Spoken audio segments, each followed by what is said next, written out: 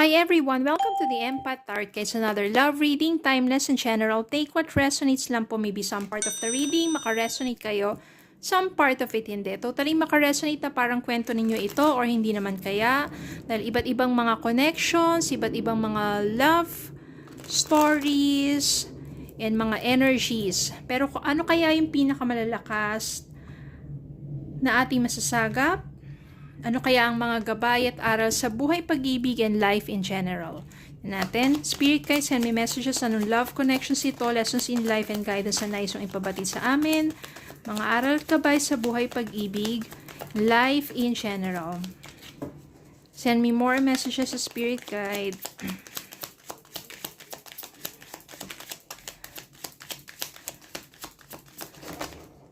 Yung mga nagpi-flip, tumatalo ng mga cards, yun yung mga mas malalakas na mga energies. Yan po natin.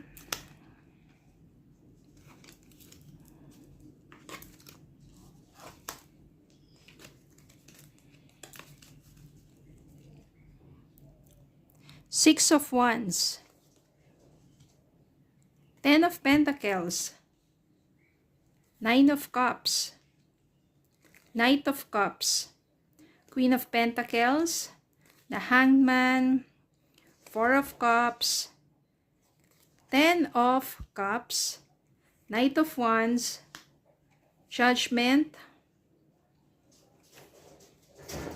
Three of Swords, and Five of Swords. Ito yung igigit na ako kasi napakaganda nitong dalawang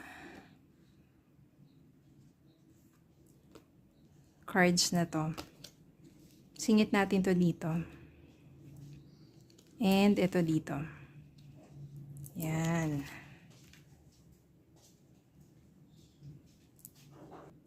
So, ganito na nga ang nangyari. Ito na ang naging kaganapan. Defeat. Yan. Di naman sa defeat. Ibig sabihin dito, sa inyo na person mo, maaring lack of communication.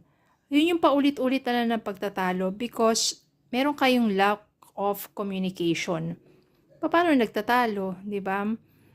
Kasi nga, hindi nyo ipinapahayag ng gusto kung ano yung thoughts and feelings ninyo. Kala mo okay na, pero hindi naman pala okay para dun sa isa. Misunderstanding hanggang sa nauwi sa breakup. Na heartbroken ka ngayon. Siyempre, naghiwalay kayo ng person mo. May mga times na lumilipas ang panahon, siya pa rin yung naiisip mo. At kahit meron na siya sa paligid mo, namimiss mo yung opportunity na makakilala ng bagong kaibigan, na maaring maging new love because nakafocus ka lang sa nakaraan. Doon pa rin sa person mo na yon. Na parang dapat kailangan mo nang i-let go yung taong yon. Kaya kailangan mo mo muna magmuni-muni. Soul searching. Kailangan mo muna hanapin yung sarili mo at the same time spiritual reflection. Diba? Parang ano ba talaga yung purpose ng buhay mo? Doon lang ba para doon lang ba sa taong yun? Hindi naman, diba? Meron kang purpose sa life. Kaya naman yung dito, judgment, tinatakpan ko po kasi itong ano na to, part na to. Yan, judgment. Ibig sabihin, kailangan mo evaluate yung sarili mo. Parang, ano bang purpose mo sa buhay? Para lang ba sa tao na yon at na nagkahiwalay kayo, wala ka na ring dahilan para mabuhay? Hindi naman, di ba? So, kailangan mo mag-soul searching and to find your purpose in life. Then, doon mo marirealize, no, parang, kaya mo naman maging successful. Kaya mong tumayo. Sa heartbreak na yun, yun yung gawin mong parang stepping stone for you to become stronger and become more successful in life. Maari din kasi na kaya kayo nagkahiwalay ng person mo is because masyado kanyang hinahawakan or namamaliit, nawawalan ka na ng parang sabihin natin yung purpose mo, di ba, parang palaging siya na lang ang magaling, siya na lang ang nagdidesisyon, ikaw, wala. Di ba? So, maganda na rin yung nangyari na yun for you to find yourself and your purpose in life. At alam mo sa sarili mo that you can be recognized. No, hindi yung parang meron ka ring kalakasan, meron ka ring strength. Meron ka ring talinong taglay. Meron kang kakayahan. At huwag mong mamaliitin yung sarili mo just because siguro ganun na rin ginagawa sa'yo ng person mo. Minamaliit ka rin niya. Parang ganun yung nangyayari dito. Well, maganda dito, you are recognized, nakabangon ka, at the same time, you have, yan, yung mga recognition na yan, may sabihin, nakikilala ka ng mga tao sa mga ginagawa mo, sa pagsusumikap mo, na kaya mong maging successful, na hindi umaasa doon sa person na yon, na kaya mong patunayan sa kanya na magiging successful ka at nagawa mo dahil meron kang sariling kakayahan at talino. Naging abundant ka, ito, maaring sa negosyo to, I can sense here na magaling ka sa negosyo at nagtagumpay ka. Hindi ka na niya mamamaliit ngayon. Diba? Then, dumating din yung time dito na nagiging attractive ka sa life. Nandito si Knight of Wands, nandito si Knight of Cups. No, ang dami mong mga admirers.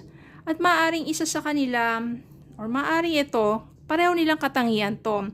Pareho sila na ito yung katangian ng tao na mag-o-offer sa'yo ng isang relationship which is full of love and joy and with passion. Ibig sabihin yung taong yun very passionate din. Katulad mo, you're very passionate sa ginagawa mo, kaya nga naging successful ka. And it will be a wish fulfillment kasi yung taong yun na magpupursue sa'yo, talagang, nandiyan yung kanyang, sabihin natin, makapagbibigay sa'yo na so much joy or happiness in life. Magpo-propose sa'yo yung taong yan and you will build a happy family together. Nandito yung 10 of Cups which is marriage. Happy family, long-term commitment and relationship.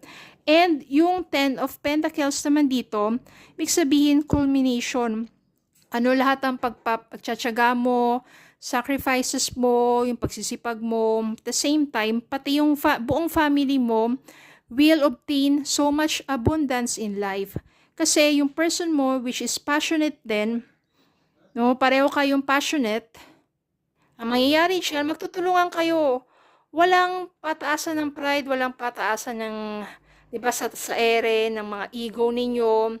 Hindi katulad ng nakaraan, maari kasi yung person mo na yun, masyado siyang maangas at minamaliit ka na lang kasi parang siya na lang siya, no? Parang ang tingin sa sarili niya, siya yung mas matalino. Yung parang nakikipag-compete sa'yo. Diba? Siya yung mas matalino, siya yung mas magaling pagdating sa diskarte, whatever, ganun. Nakikipag-compete, pero itong bagong person mo na to, lalo kayong uunlad. Uunlad ang inyong pagsasama at pagmamahalan at inyong kabuhayan dahil hindi siya nakikipag-compete. There is a teamwork. Nandun yung effort, nandun yung suporta, nandun yung passion, at nandun yung trust, at nandun yung love. Kaya naman kapag lumabas tong 10 of Cups and 10 of Pentacles, lalo na sa isang reading, napakasaya at napakamatagumpay at sabihin natin, napaka-abundant ng inyong relationship. Abundance of love and abundance of wealth.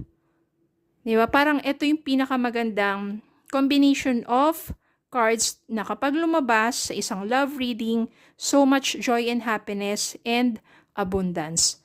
At darating yan sa inyo, kapag nandito kayo sa isang relationship na parang feeling mo wala ka ng worth, hindi mo na yung self-worth mo because of your person, na palagi ka na lang minamaliit, walk away with that kind of relationship because someone is there for you to help you grow and to achieve more. Someone na hindi selfish. At doon, magkakaroon kayo ng abundance. Okay, so yun lang po. Maraming salamat po for watching. Please don't forget to like, share, comment, subscribe, follow me on Facebook and YouTube. Have a good day po and God bless.